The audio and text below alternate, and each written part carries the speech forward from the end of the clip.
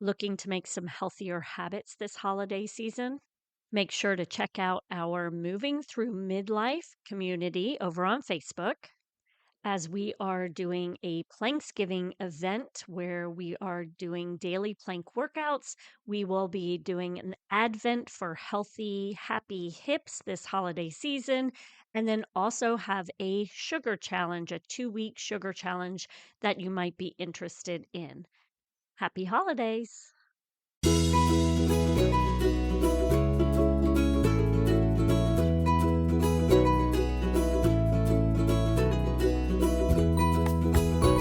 Welcome to Raising Healthy Humans, where you as a busy mom can come each week to find information on health and wellness for your family. Enjoy experts discussing tips to help raise children through each phase of life. Gather current information on nutrition and wellness. And listen to Courtney, a personal trainer and founder of FormFit, to provide you with movement and posture tips along the way. It's our goal to help provide you with the information you need to help raise healthy humans.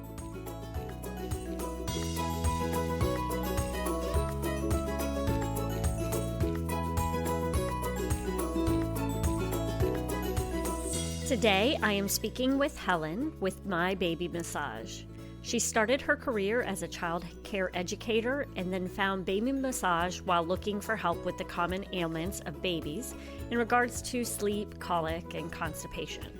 She now is offering baby massage classes online and is here to speak with us about incorporating baby massage with our little ones. Let's listen in.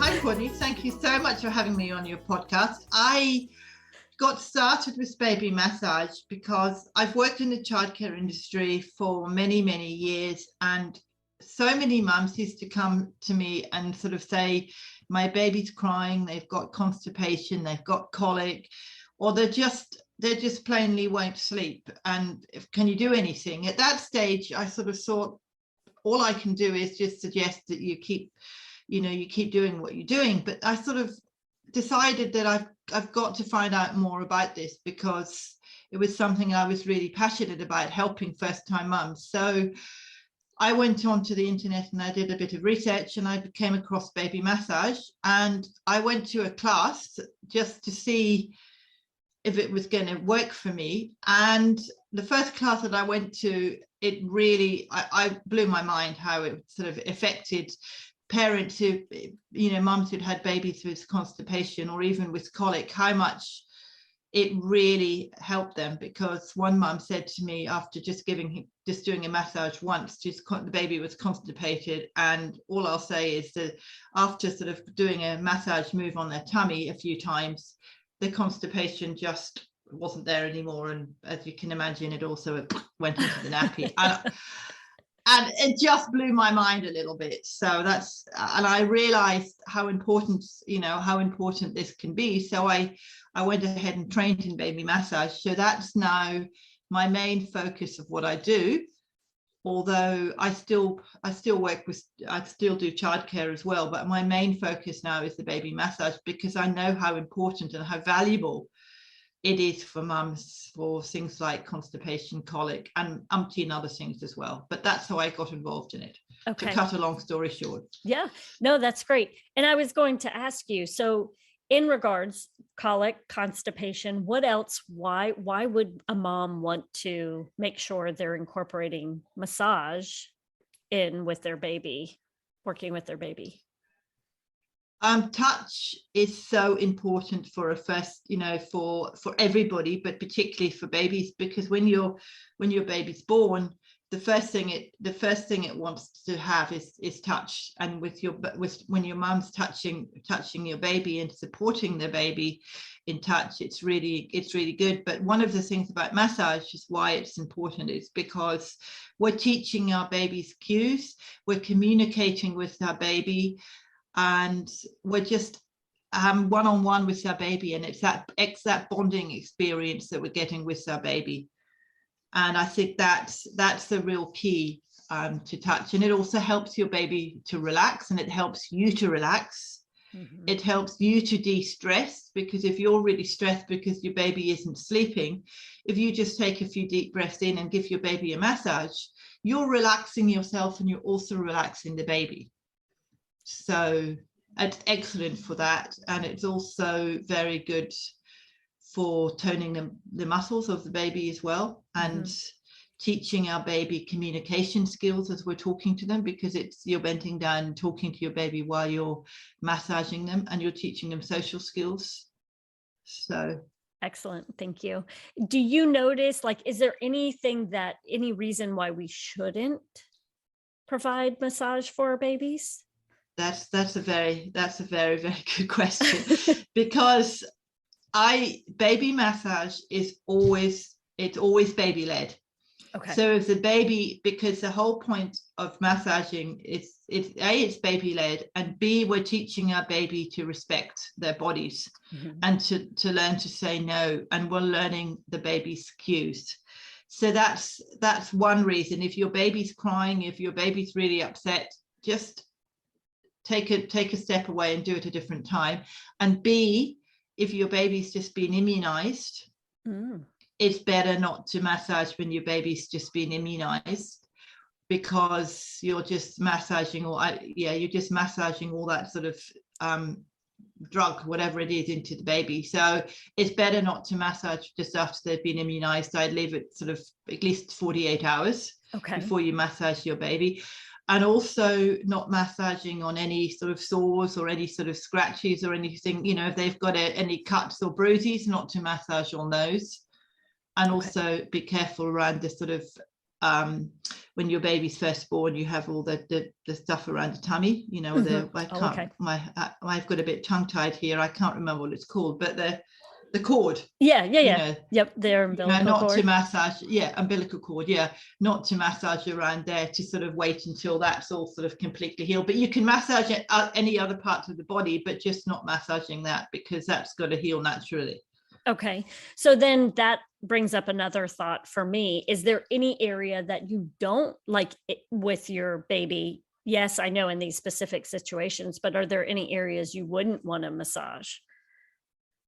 Or is it pretty open to, like, it's pretty open to your interpretation. I mean, as long as yes, I suppose massaging the eyes, you've got to be careful if you're using oil that you don't get in the eyes and things like that. I guess it's just, in that respect, it's just sort of common sense. Right.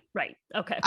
It doesn't matter. You can massaging all the body is good, but I'd split it up, especially when they're newborn. Okay. A newborn baby, you don't want to overstimulate them. Okay.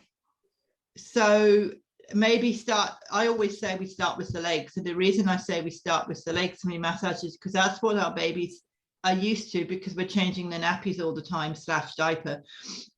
And we're changing them all the time. So they're used to us touching that part of the body. So that's okay to do that. But it's always, another thing is to always ask permission as well, because it's teaching the baby that, you wouldn't like it if somebody sort of came and sort of touched you when they didn't want them to be touched. So by asking the baby's permission and watching your baby's cues, is so important, because it's teaching in that respect.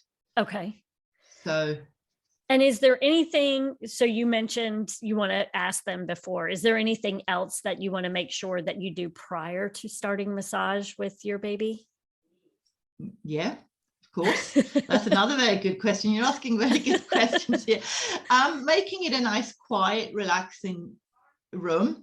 And if you want to put on some light music, but just make it a nice, relaxing area, and make sure it's nice and quiet. So it's just got you and your baby. It's just you and your baby's time. It's not the time to be sort of running around, starting with the leg and running around doing the housework and then coming back and doing something else. It's just giving your baby that nice, quiet, peaceful time, because it's a bonding experience that you want. So if you've got a nice blanket, put a nice blanket down on the floor, and if you want to take the nappy off, take the nappy off. That's entirely up to you. But when we talk about, when we do tummy massage, obviously you've got to be careful, because if it's going to be a blanket that's easily washed, because they might go to the bathroom. You don't want them to pee or go to or do anything, because it can happen. Yeah, well, I'm sure it creates a relaxation, that release. So yeah. And you mentioned being on the floor with the mat. Can you do it? I'm thinking, if I have a newborn, a little baby, can you even do it on your lap? Or would you recommend being more on the floor? Yes, you can do it on your lap. I mean, there's one massage. If you're massaging their feet, which you can do when you're breastfeeding or when you're bottle feeding, you can massage your little feet while you're doing that. Or you can massage your little fingers while you're while you're breastfeeding or on your lap. But generally speaking, I would recommend you do it on the floor, because it's safe for you and it's safe for the baby. And don't do it on a change table, because if you do it on a change table, babies roll over. And I know we're all very careful of watching our babies, but you never know, you might just be bending over to get the oil and they'll roll over, and so that's why we always suggest we do it on the floor. But you're quite right, yes, you can do it on your lap. In fact, when they're older, it's actually quite nice to do on the back. You can lie them on your knees, across your knees, and just give their back a massage, because that also includes tummy time. And tummy time is always very good as well, especially when they're younger. Or you can do it on the chest. You can do it on your chest, chest to chest time, and give their back a little rub while you're having chest to chest time. So, but generally, if you're doing the legs and doing the arms and doing the tummy, it's actually better to do on the floor. But if you just want to have a cuddle and do chest to chest time, you can do it on the back, as I said, or while you're breastfeeding, you can do the feet, because that's another good area to massage, because that actually stimulates a lot of nerves. We've got a lot of nerves in our feet, as I think you well know. Yeah. And I can definitely say that would help them in so many levels. Now, do you find, is there anything that we need to know? Like, is there something specific we need to be doing with baby massage? Are there certain movements that we need to be doing? How do we start to work with our baby with massaging them? Or is it just kind of changing the different pressures and strokes, things like that? Yeah.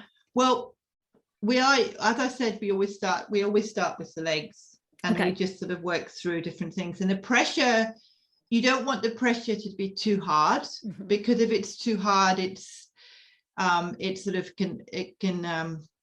going to benefit them. But you don't want it to be too feathery either, because if it's too feathery, it can be ticklish. So it's just firm strokes. But that so you can just see the skin moving, but you don't want to push it so hard. You don't want to give them a deep tissue massage, obviously, because they're only little babies.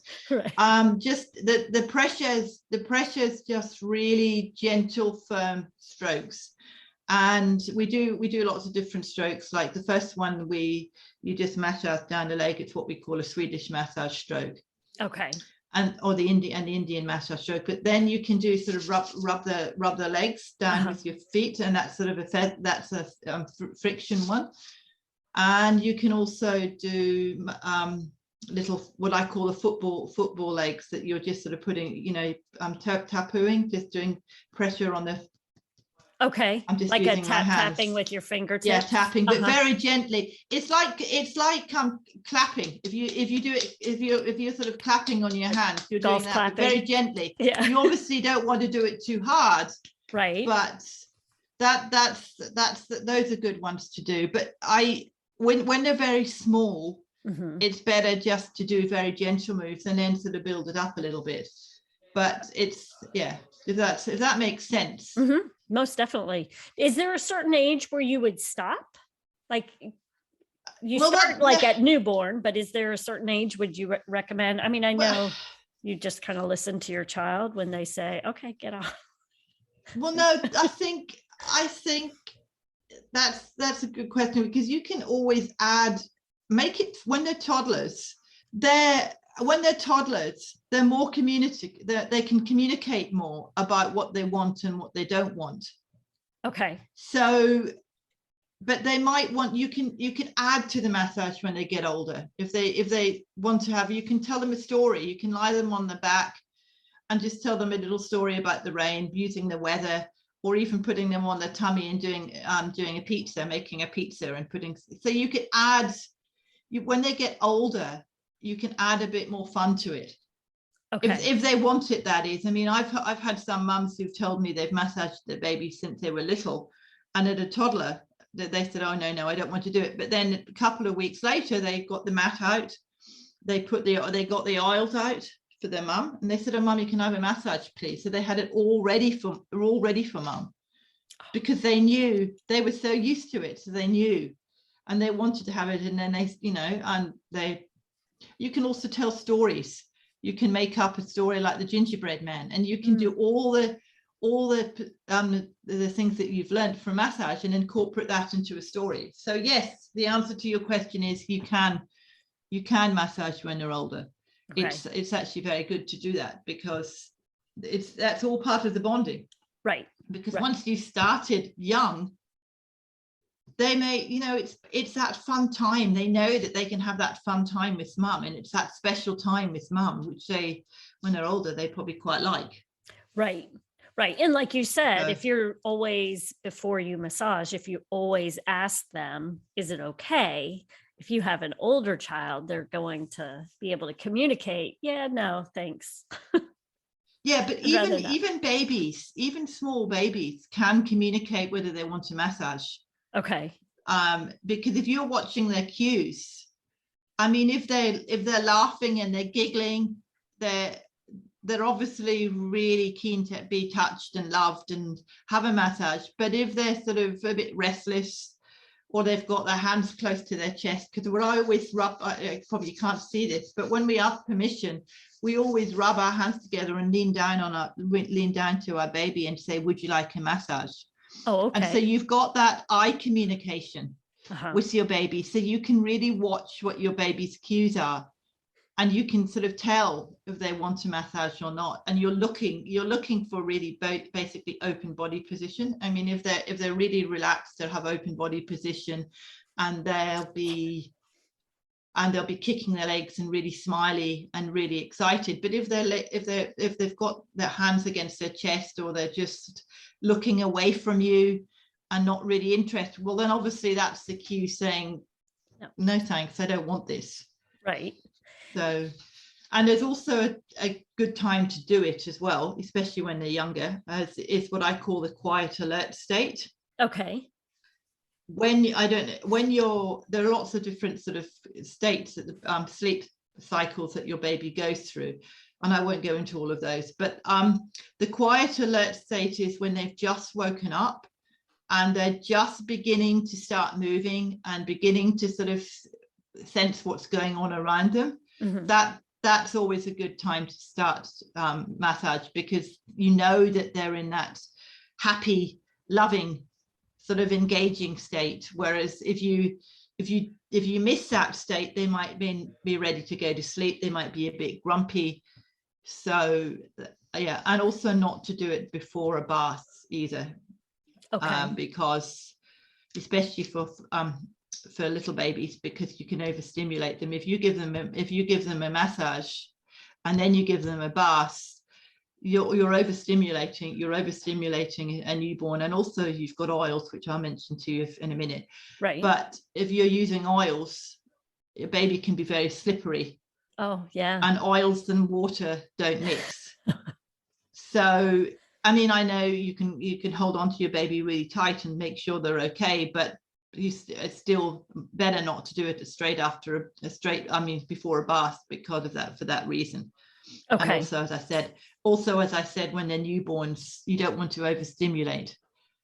So Yeah. Is there anything that you recommend, like if I'm thinking, like you mentioned with colic or constipation, is there anything that you can give our listeners, like one or two tips of things that they can do to help with that situation, or trying to calm your baby even? Would you not do it right before bed? No, you can do it before bed. Okay, you would just maybe change how the Yeah, technique. you can do it before bed. What I meant by overstimulating them was if you give, I mean, if they've had a massage and they've had a bath and then they've had their bottle, and then you're giving them too many things all at once. Right. It's Okay. just, I mean, if you want to give them a bath, but you want to give them a massage, I wouldn't give them a massage and a bath, if you see what I mean. Okay. Okay. Give them a bath at a different time, especially when they're little. Just give them a massage before they go to bed. It's actually a great idea to give them a little massage before they go to bed, because I don't know if you've heard of the hormone melatonin. Yes. Yes. It actually regulates the body clock. Uh-huh. So that giving them a massage before bed actually helps them to sleep. That's another benefit. It actually helps them to sleep with that, because it releases melatonin, which works with the body clock. Oh, okay. And so it actually helps to relax them to go to sleep. Okay. So, Perfect. yeah. So that would be one thing. Okay. So then in regards to where I was starting to go was with like constipation or colic or anything like that. Is there any specific way we should massage them for those? Is that something you teach in your program, or is it like just something simple that you do? I teach, yes, I teach that in my baby massage programs, because it's actually important to go in a clockwise direction. Okay. Because our bowels move in a clockwise direction. Okay. So if you really want to release all those bubbles and all the tension in your baby's tummy, if you're going in a clockwise direction, you're actually pushing all those bubbles out.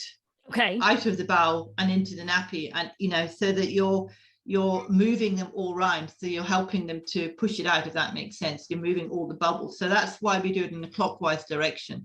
Okay. And it's really important to do it in a clockwise. It's not going to harm the baby if you don't do it in a clockwise direction, but it's just not going to benefit them, because you're not, the aim of the exercise when we're doing tummy massage particularly is to push out all that pressure, all those bubbles out.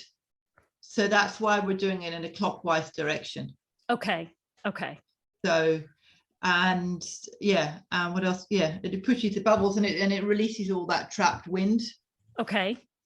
In their tummy as well. And that's what we're aiming at doing if they've got colic or they've got constipation, or just in general digestive issues. I mean, they may not have colic or constipation. Right. But just doing that circular motion in their tummy. There are lots of strokes that I do in my classes involving tummy massage, but mainly it's just always remembering to do it. The main thing I tell parents is to do it in a clockwise direction. Okay. And is that throughout the whole body as well, or because I'm thinking like lymphatic flow, they talk about different directions with the lymph. Yeah, well, I'm mainly thinking about the tummy area, because that's where the bowel moves in that particular direction. But it's interesting you mentioned the lymphatic system, because that's something we work on as well. But with babies, it's just a matter of just moving down rather than up, because particularly if you're working with the lymphatic system, it's all part of the immune system. Right. So you're sort of pushing out all those toxins. So you're going in a downward stroke. Does that make sense? Yeah. When you're massaging. But again, there are certain strokes that we do that we go in circles as well. But it's mainly on the tummy that has to be in a clockwise direction. I mean, that's actually a very good question that you just answered. You just asked me there, because it is important to sort of know the difference between going in a clockwise direction for the tummy, and for the lymphatic system, we're sort of going in a downward stroke as well. Okay. And you mentioned immune system, and it made me think about, would this be a positive thing to do if your child is sick, or don't do? That that's I don't know. no. It's a good question to ask, because if your child is really sick, they may not want to have a massage, because they may just be, if they're really sick, they'll just probably just want to cuddle. I mean, Right. giving them a massage when they're sick, I wouldn't recommend that. Okay. But I did mention the immune system because it actually helps stimulate the immune system and get the immune system working. Right. Okay. So it releases all those, as you know, as an adult, when you have a massage, you're releasing a lot of toxins, and you're releasing all those tensions in your body, and that's exactly what we're doing with the baby. Okay. But we're not massaging them when they're sick, because I mean, think of an adult, you know, with you, if you were sick, you might not want to have a massage. You might just want to just sort of be cuddled or rest, and that's why we wouldn't massage when they're sick. And also right. Sorry, go ahead. No, and I was just going to say, because when you mentioned an adult, I'm thinking we're told after to make sure we're drinking plenty of water. Is that true for, like, what do you usually recommend for after a massage for your baby? That's interesting. I would just, I mean, depending of course how old they are, because if your baby's a newborn, well then they're probably just mainly drinking breast milk or bottle milk. I would just say keep their fluids up. Okay. Whether that's through breast milk or whether that's through bottle milk, just make sure that you're sort of giving them regular feeds. Okay. Which like we do anyway. Right. Which like you would do anyway. I mean, I think I'd say when they're toddlers and they're a bit older, maybe 6 months to 10 months, when they're beginning to have solids and beginning to drink more. Right.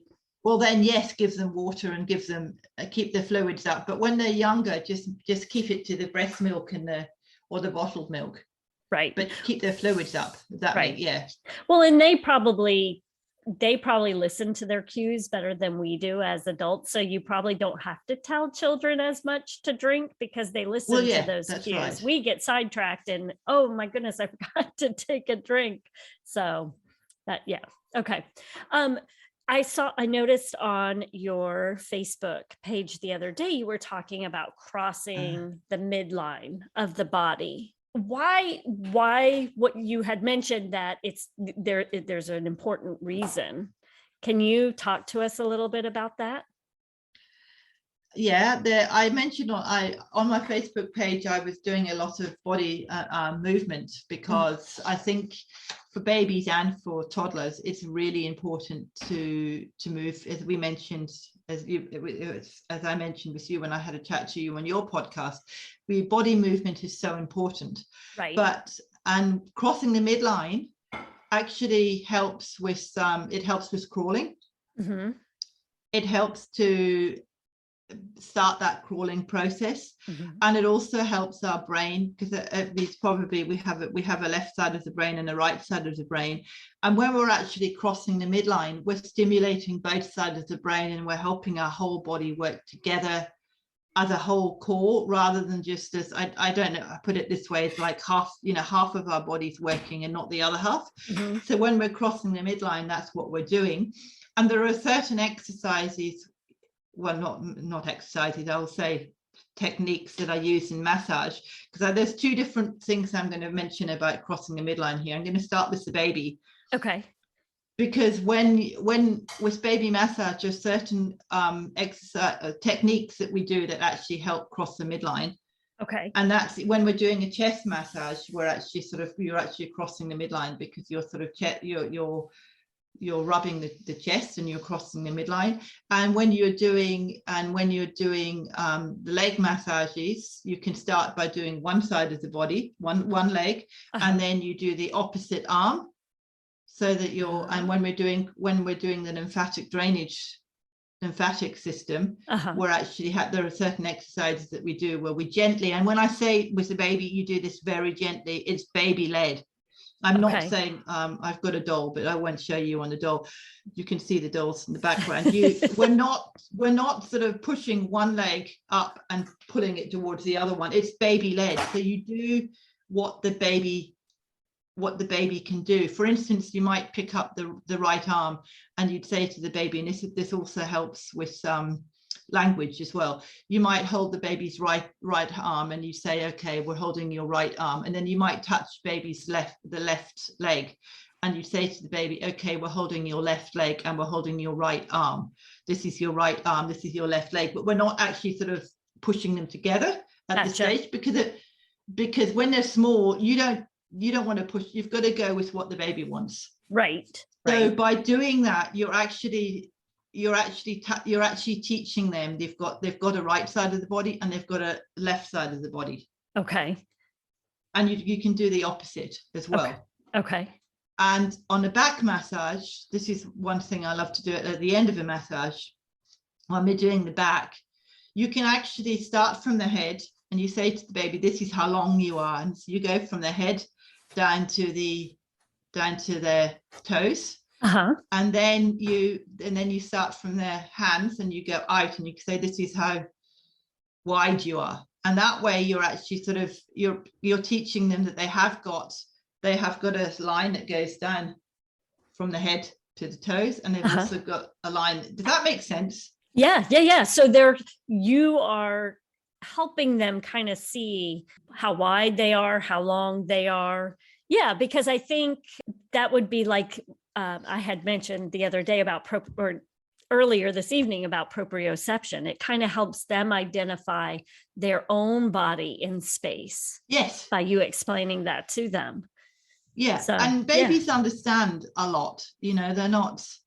And then once they get, I know I was going to mention when they get older and they're more, and their bodies are more flexible. And if you've been doing massage since they're babies, maybe when they're I'm going to say around a 10, 12 months age, when their bodies are a bit more flexible, you can actually hold their right arm and their left leg and actually do it with them and get them to do it while you're, and show them how to do it. But actually, you can actually probably push it a bit closer together. Right. Because they're a bit more flexible, but still it's always baby led. And that's something that I'm really stressing quite strongly here, because you don't want to force any movement in your baby. Right. But it's when they get older, you can actually sort of do it a little bit, push it a little bit better. And you can actually, when they're toddlers, this is something more of the childcare angle. This is why I mentioned the crossing the midline. It's actually doing cross crawling and actually standing up with your toddler and actually doing crossing the midline with them. And you do what I call cross crawling. You lift your left leg up and you touch your toes with your right. So you're actually teaching them cross crawling, but that's when they're a lot older. You obviously wouldn't do that with a small baby, because when they're sort of toddler age, you can actually teach them to do the cross crawling as well. And why would you want to teach them the cross crawling? Because we're teaching them to cross the midline. We're teaching them to learn that you have a left brain and your right brain, and we're working them both together. There's lots of theories about crossing the midline, but that's a very basic description. Yeah. Okay. Of crossing the midline. It's also body awareness as well. It's giving your body awareness, and that's what we're doing when they're younger. When we're doing the small moves with the crossing the midline, it's teaching them body awareness. Right. But when they're getting older, you're teaching them in a bit more detail. Right. Okay.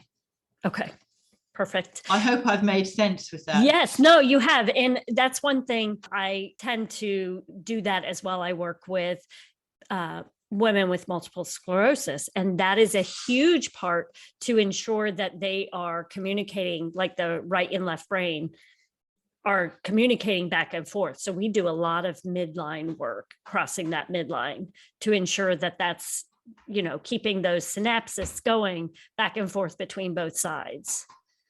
So, and it's also, when you're crossing it, when babies, and I'm not totally sure on this, it's just what I've sort of learned in my career as a baby massage and childcare. But if your baby doesn't crawl when they're a baby, I'm not saying that they have problems later. I'm not saying that at all. But generally, if your baby, if you baby just gets up and walks straight away, they haven't learnt that crawling process. They haven't learnt how to sort of cross the midline. They haven't learned how to sort of take one step, and it's really important for them to crawl, to learn those steps, to build your whole brain and how it all works. Yeah. My daughter, when she was very young, we had a physical therapist working with us in the home. And that was one thing that she stressed a lot, was this making sure that your baby crawls because of core, and then also the fascial line and the way the nerves communicate up through the fascial line. And our fascial line runs to where it crosses, one shoulder to the opposite hip. So how important that is as well. So the fact that you're reinstating this is amazing and wonderful, because it is very important. And like you said, just because if you have a child who didn't crawl, it doesn't mean something like they're not going to be able to, but it just means even more so that if they are younger, really try to ensure that they're crawling. So and encourage them. If you get down on the floor with them, if you get down on the floor with your baby, baby / toddler, depending on what you call a toddler. I call a toddler when they're starting to walk, but people regard toddlers as a different age. But right. When you get down on the floor with them when they're younger, and you're actually lying with them and playing with them and communicating with them, and if you give them a rattle in one hand and you move it across, if you move it across their eyes, they're actually crossing the midline when they're doing that, because you're tracking. Right. You're teaching them and tracking. So they're actually learning. They don't know it, but they're actually learning how to move their eyes. I mean, you can't see me doing this, but I'm actually holding my finger up and I'm just sort of tracking my eyes. And that's something you can do with your baby. I mean, that's more tummy time, but you can also do that with massage. I mean, you can, when you're talking to your baby, you can say, right, I'm just going to go, just watch your baby's cues. And then, I mean, that's also about part of crossing the midline. It doesn't have to be holding the left leg and the right leg and go, doing that. I mean, you can just track with a rattle or with your finger, or when they're older, you can put a toy on one side and get them to put their hand across. And you'll see babies doing that. That's part of baby's development. Right. I mean, you'll actually see them doing that when they get to a certain, I'm not going to go through all the developmental stages, but there are certain stages of a baby's life when they will hold a rattle in one side, and then eventually they'll actually swap hands and they'll hold it in the other hand. So they're actually learning how to cross the midline when they're doing that. So and more important to do that cross, like you had mentioned, so that they understand that there is that opposing leg and arm when they're laying on their back. So that's interesting. Now, do you have a baby massage program? I have a baby massage Zoom class that I do on Zoom. Okay. I used to do classes as well, but due to COVID and things, I've now shifted everything online. So I have a Zoom class online, which people can sign up to. You can find out all about that on my website. And is there a certain age for that class that you usually are working with, or is it still that open? Well, I mainly work with baby massage and mainly work with newborns up to sort of and until they're crawling. Okay. But as I said to you before, you can still massage your baby when they're older, but I like to focus on the new baby up to 6 months, because I think that's an important stage of their life to be nurtured and to be touched. And Okay. And is there, where can we find you? You can find me at mybabymassage.net. Okay. And I also have a podcast as well called My Baby, which is called First Time Mums Chat. You can find me on there. And you can also, if you go to mybabymassage.net/podcast, you'll find my podcasts. And I also have a link. If you go to mybabymassage.net/ the name of your website, you can also the podcast Raising Healthy Humans. Yes. Yeah. Yep. Yeah. You can also get that on there. So yeah. Okay. There's just one thing I wanted to add about baby massage, if that's okay, before we most definitely close. Yeah, I was going to ask you if there was anything else you wanted to make sure the listeners knew. It's about, I mentioned that it really helps with touch, which it does. But for a mum who has teething problems, if a baby's got teething, if you actually massage when I'm saying you're massaging your baby's gums, I don't mean you're putting your fingers in your baby's gums, you're just massaging the cheeks. That actually really helps with teething. Oh, okay. Because it's soothing their gums, and also their feet. Our feet are connected with a lot. I'm not a reflexologist, but I know from baby massage that your feet are connected with a lot of different nerves in your body. And if you actually start with the big toe and you just gently touch your big toe and then go to the next toe and next toe and the next toe, you're actually helping. That actually helps with teething as well. Oh. And you can sing to them while you're doing it. There are lots of different songs that you can do. And that's also part of communication. Okay. I just wanted to mention that one. And I mentioned body awareness, but it also helps with hand-eye coordination, and it also helps with social skills as well, because we're communicating and we're talking to our baby. So we're teaching them language while we're doing that. Okay.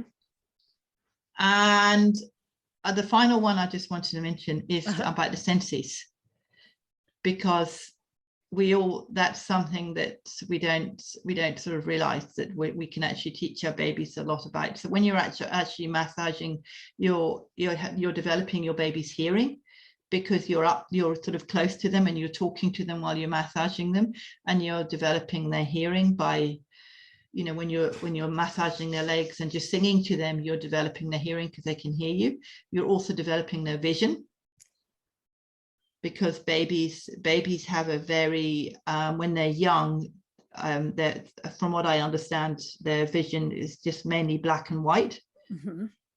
But if by your sort of talking to them, they're watching you and they're watching your face, so they're learning about facial expressions, so they're seeing different facial expressions through that. And also the final one I wanted to mention is smell. Okay.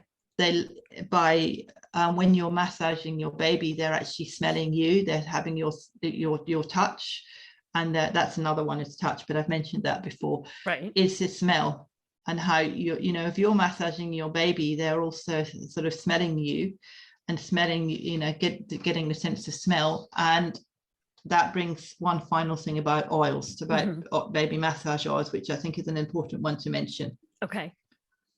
Because you don't want to use essential oils when you're massaging your baby for two reasons. A, because they're too strong, and B, because you're taking away the natural smell of you, which is important for them to smell. And also you just use almond oil or sesame oil, or a natural oil that's good for moisturizing the skin. Okay. And always do a patch test first on your baby's wrist or on your baby's ankle, just to make sure that there's no redness, because you don't want to massage your whole baby with almond oil or something and then realize that they're allergic to it. Perfect.